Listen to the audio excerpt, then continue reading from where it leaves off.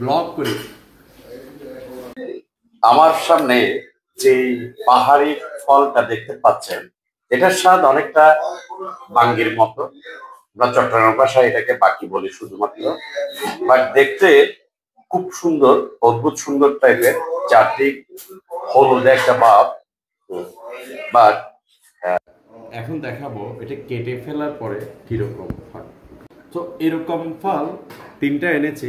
দেখেন বাইরে হলুদ একদম সুন্দর আর ভিতরে কিন্তু একদম সাদা। আমি খেয়েছি, হঠাৎ করে মনে হলো যে একটা ইয়ে করি, ব্লগ করি।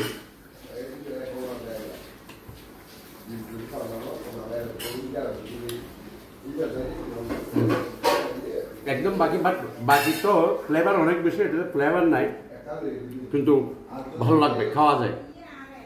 আর অদ্ভুত ব্যাপার কি জানেন, এটার দাম মাত্র 20 থেকে 30 টাকা। আমি জানি না পাহাড়ের এটা কিভাবে সার্ভাইভ করে 20-30 টাকা দিয়ে বিক্রি করে। আপনারা পরবর্তী ট্যুরে গেলে এই ধরনের ফলগুলি সংগ্রহ করতে পারেন, ভালো লাগবে, ফরমালিন মুক্ত, খুব ভালো লাগবে।